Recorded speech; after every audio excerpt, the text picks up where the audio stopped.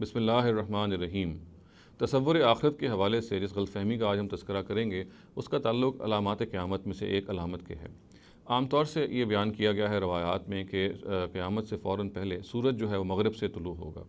اس کے بارے میں اکثر لوگ جو آج کل اس علامت کے حوالے سے اس کی جو انٹرپریٹیشن بیان کرتے ہیں وہ یہ ہے کہ یہ ایک علامتی چیز ہے، یعنی سورج کا مغرب سے طلوع ہونا کوئی حقیقی چیز نہیں ہے بلکہ یہ ایک سمبولک سی چیز ہے اور یہ سگنیفائی کرتی ہے بعض اور حقائق کو۔ جیسے مثال کے طور پہ بعض لوگ یہ کہتے ہیں کہ سورج کا مغرب سے طلوع ہونے کا مطلب یہ ہے کہ مغربی تہذیب جو ہے اس کا دنیا میں قیامت سے پہلے غلبہ ہو جائے گا۔ بعض اور لوگوں کی یہ رائے ہے کہ سورج کے مغرب سے طلوع ہونے کا مطلب یہ ہے کہ اسلام کا غلبہ جو ہے مغرب میں ہو جائے گا اور اس کے نتیجے میں ظاہر ہے کہ ایک بہت بڑا یہ واقعہ رونما ہوگا۔ اسی طرح کی بعض اور تعبیراتی بیان کی جاتی ہیں، مگر بنیادی طور پہ جو باٹم لائن ہے وہ یہ ہے کہ سورج کو جو مغرب سے طلوع ہونا جو روایات میں بیان ہوا ہے، جو قرآن جو قیامت سے متصل پہلے ہوگا، اس کے بارے میں یہ رائے قائم کر لی گئی ہے کہ یہ کوئی حقیقی چیز نہیں ہے، یعنی کوئی لٹرل مفہوم اس کو نہ لیا جائے بلکہ یہ ایک اعتباری چیز ہے، اس سے ایک سمبولک چیز ہے۔ تو دیکھیے اگر ہم تمام روایات کو جمع کریں تو بات اس سے مختلف نظر آتی ہے اور ان روایات کا استقصاء کرنے سے معلوم ہوتا ہے کہ اصل میں یہ کوئی علامتی چیز نہیں ہے بلکہ حقیقی چیز ہے، اور سورج کو واقعی قیامت سے پہلے اگر ان روایات کی نسبت نبی صلی اللہ علیہ وسلم سے درست ہے تو مغرب ہی سے طلوع ہونا ہے۔ اس لیے کہ جو جس طریقے سے وہ بیان ہوا ہے اور جن روایات کی جو تفصیلات اس میں بیان ہوئی ہے اس میں مجاز کی تعبیر لینا جو ہے وہ موضوع نہیں ہے اور ممکن بھی نہیں ہے۔ جیسے مثال کے طور پہ یہ بیان ہوا کہ وہ وقت ہوگا کہ جب ایمان نفع نہیں دے گا۔ ظاہر ہے کہ یہ وہ وقت تبھی ہم ڈٹرمن کر سکتے ہیں اس کو کہ جب وہ کوئی حقیقی چیز ہو۔ اگر وہ کوئی مجازی چیز ہو تو یہ ایک ایسی چیز ہے کہ جس کے بارے میں کبھی تعین سے نہیں کہا جا سکے گا۔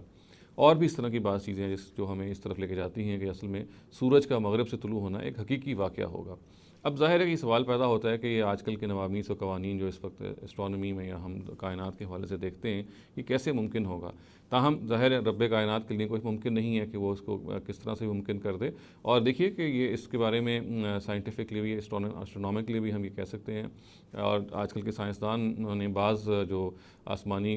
جو